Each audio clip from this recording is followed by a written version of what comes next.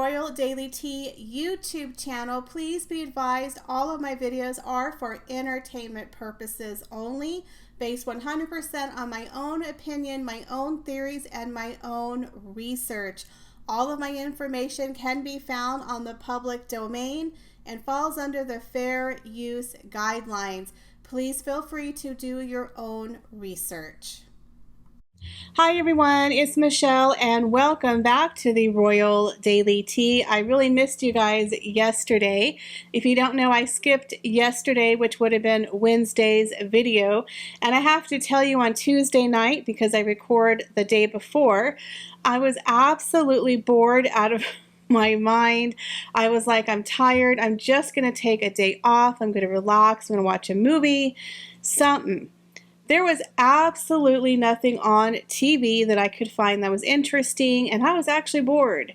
I'm the type of person, I work a full-time job, I do freelance, and I do the Royal Daily Tea. I literally work from 8 in the morning, sometimes till 1 in the morning to get videos out 5 days a week, as well as some of the freelance projects that I'm doing, and a 40-hour-a-week job. And I was bored, y'all. Bored. I don't know how to sit still, relax sometimes. On the weekends, I do. Friday and Saturday night, I put my computer away and I just relax. That's why I don't do royal videos usually on the weekend. And I can relax, unplug, go shopping, go do something. Yesterday, I tried to do it on a Tuesday night and I was bored. I was so bored. I ended up watching Friends reruns because I'm not a big TV person. I do watch a couple of reality shows, and then mostly Netflix, Amazon, Apple TV, and YouTube. That's pretty much my entertainment. I don't know what that says about me. Or audiobooks. And lately, I haven't been able to get into any audiobooks. If you have any audiobook recommendations, please leave them for me down below. I like kind of the scary or just, interesting thriller, murder mystery, that type of thing. I have a couple I've downloaded. I've tried to listen and I was bored so many ways. And the other thing is the royal news has been a little boring too. It's been a little slim pickings, guys. I mean, it's so bad. The Daily Mail did a story on a cougar was seen in the neighborhood of Harry and Meghan, and they were warned to watch their chickens. That was literally a story that they approved and they put out with a straight face. Like, I'm not trying to bag on them because, look, we take stories from them, but it's a slow week when they're literally reporting on Harry and Meghan, there's a cougar in your yard, go watch your chickens. Like, what? I'm sorry. That's hilarious. So anyways, with that, we do have some royalty for you, I promise. Sit back and relax, grab yourself a beverage, and let's get into the Royal Daily Tea. So first, we're going to do a little bit of housekeeping. I did a story, I believe it was on my Monday video, where I talked about how Prince Harry was going to have some competition for his memoir that is coming out in the fall. I did say that Angela Levin as well as Valentine Lowe were both releasing books on the royal family. Well, apparently that is incorrect. Angela Levin and Valentine Lowe are not releasing books, which is kind of sad. I really was looking forward to Angela Levin's book on Camilla, the Duchess of Cornwall, but apparently she is not writing a book on her, so I just wanted to clarify that. And thank you to all of my wonderful RDT family members for letting me know that she did tweet that she is not writing a book. So thank you guys very much for that correction. Now, I do have a cute little story for you. Prince George RSVP to a 6-year-old's invitation to his birthday party. Now, unfortunately, he was not able to attend the party, but the palace did respond with a very sweet response. Her mother had posted this on Twitter. It said, quote, "The Duke and Duchess of Cambridge have asked me to thank you for your letter in which you invited Prince George to your 6th birthday party. I am sorry that it took so long to reply. Their Royal Highnesses were extremely grateful for your kind invitation, having given careful consideration to the possibilities. However, I very much regret that their Royal Highnesses reluctantly feel they have to decline. Nevertheless, I hope that you have enjoyed your birthday. So this little girl received a royal response, and I am sure that she's going to frame it and save it. It went on to say, the Duke and Duchess of Cambridge were immensely touched that you should take the trouble to write as you did to their son, Prince George. It really was most thoughtful of you, and their Royal Highnesses have asked me to send you their warmest thanks and best wishes. How cute is that? They did not give the name of the young girl, her Twitter account, but I think it's adorable that Prince George at 9 years old is already becoming very popular, and I'm sure that Charlotte and Prince Louis already have a young fan club, and pretty soon they're going to start being very popular, especially in their teens. They're definitely going to have a huge fan club, to say the least. I think it's absolutely adorable that this 6-year-old girl invited Prince George to her birthday party. I think over the next couple of years, we definitely are going to see more and more about the Cambridge children. Absolutely adorable. So I have an interesting story for you. It kind of piggybacks off of one of my former stories. Now this is based off of the YouTube video from Neil Sean, where he talks about, he has a little bit of an inside scoop from a royal insider, that when Meghan Markle went on the Oprah Winfrey interview and talked about how there was no Duchess training, she got no support, and she was having some very deep negative thoughts, Kate was a little perplexed by this due to the fact that she had offered a ton of help and advice to Meghan and made it a point to phone her every single day while Meghan was living at Kensington Palace. Now at the time, Kate of course was heavily pregnant. This was around the time, I guess, of the wedding, and in my personal opinion, I believe Meghan didn't take her advice. She didn't want her help, probably didn't even take her phone calls. You know, the whole thing about not receiving help when we know that she received 14 aides and assistants, some of them personally handpicked from Her Majesty the Queen, how everyone bent over backwards to help and welcome Meghan into the royal fold, and she sits there on TV and lies her little panties off. And I'm sure Kate was a little pissed that, wait a minute, I called you every day, sis, and checked on you. We had a little phone call, I guess you forgot. And Meghan with her infamous, well, Kate isn't doing enough for me. She's not rolling out the red carpet for me. And so much so that Harry had to speak with William and say, you know, your wife Kate could be a little friendlier. You know, Kate could do a little bit more. So I'm sure at that point, Kate was phoning her saying, do you need anything? You need any help? What can I do? But let's be real here. Meghan is not the type of person who takes advice from people. She believes she knows everything. She's going to do it her way. She's going to change the rules. So what's the point of learning if you're just going to change the rules to fit around yourself? Meghan wanted to modernize the royal family. She thought she was the star. She was Diana 2.0, and people just need to pay attention because she has arrived on the scene. She has her daybook. She did her yoga. She had her avocado toast. So chop chop, guys, let's get going. Meghan is here to run the show. Meghan didn't want to take advice from Kate. She didn't want to listen to the 14 people about the stuffy etiquette of the royal family. She wanted to do it the way she wanted to do it. She thought she was running a Hollywood PR firm where you call people, get me my freebies, call those people, make sure you remove that negative article. We're gonna get this in shape here.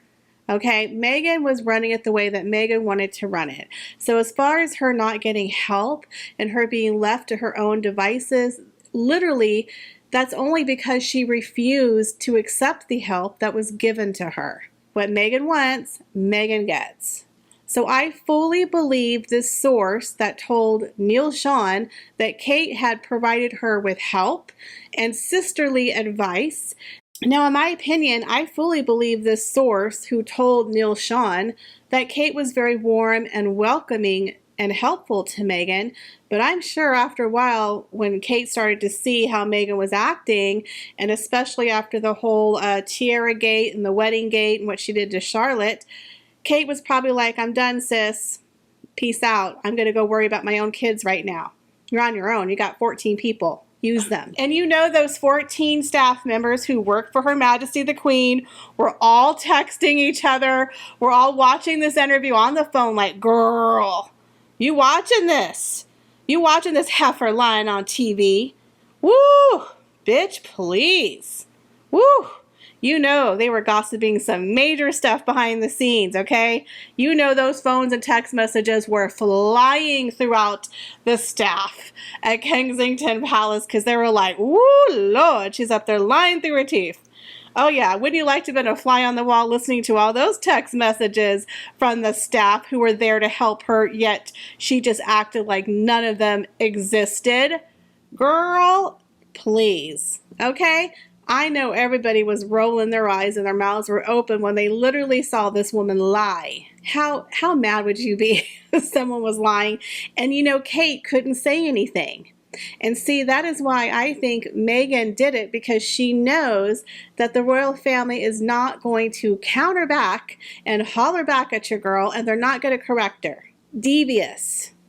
That's devious. That's a woman who definitely is playing it to the hilt. You know what I mean? Playing the victim card. She's a profesh.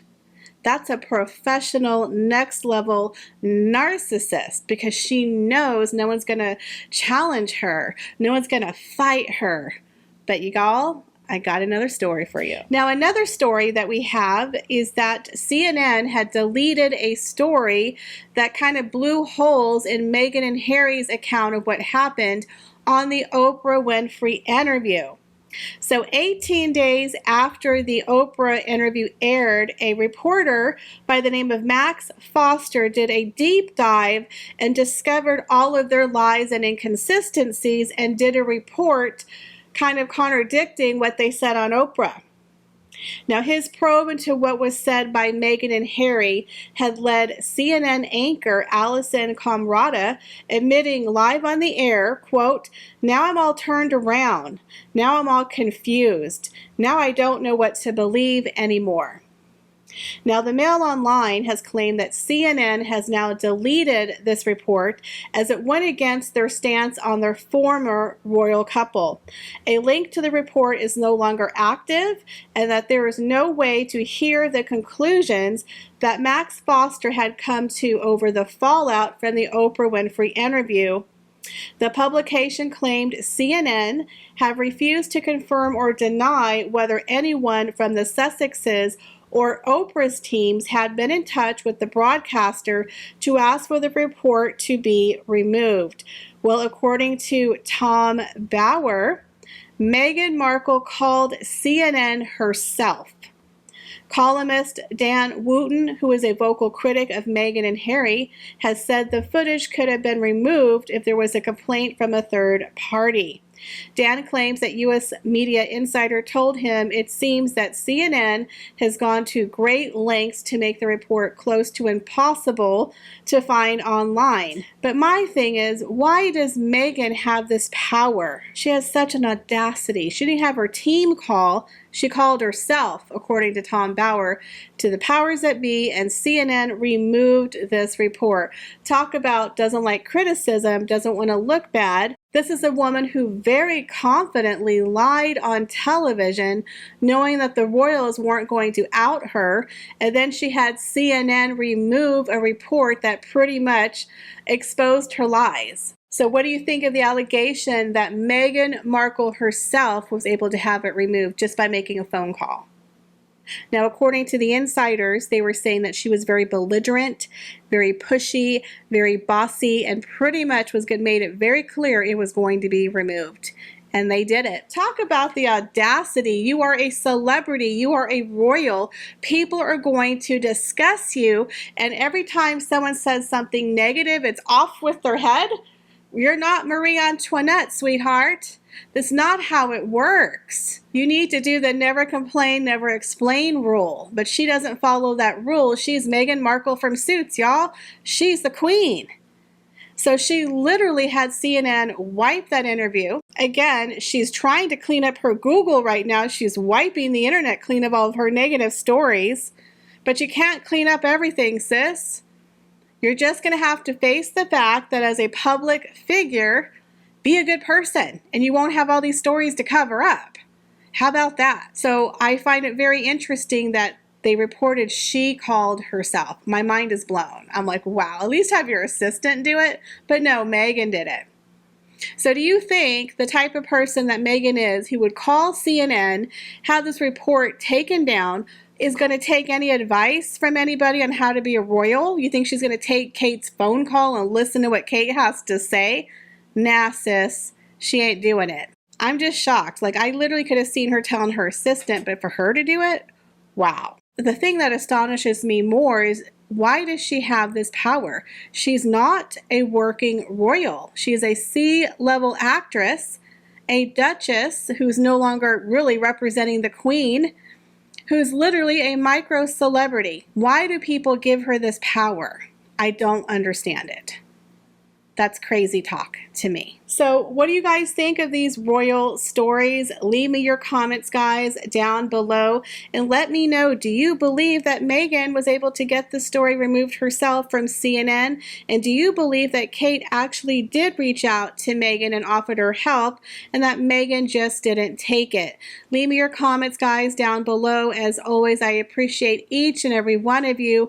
Please go over and check out my other social media accounts. I have a website, theroyaldailytea.com. I'm on Twitter, I'm on Instagram, and I am on TikTok, all under the same name, Royal Daily Tea. As always, I appreciate you being here, and I have some exciting news that might be dropping this weekend, so stay tuned, guys. See you in the next video. Bye, guys.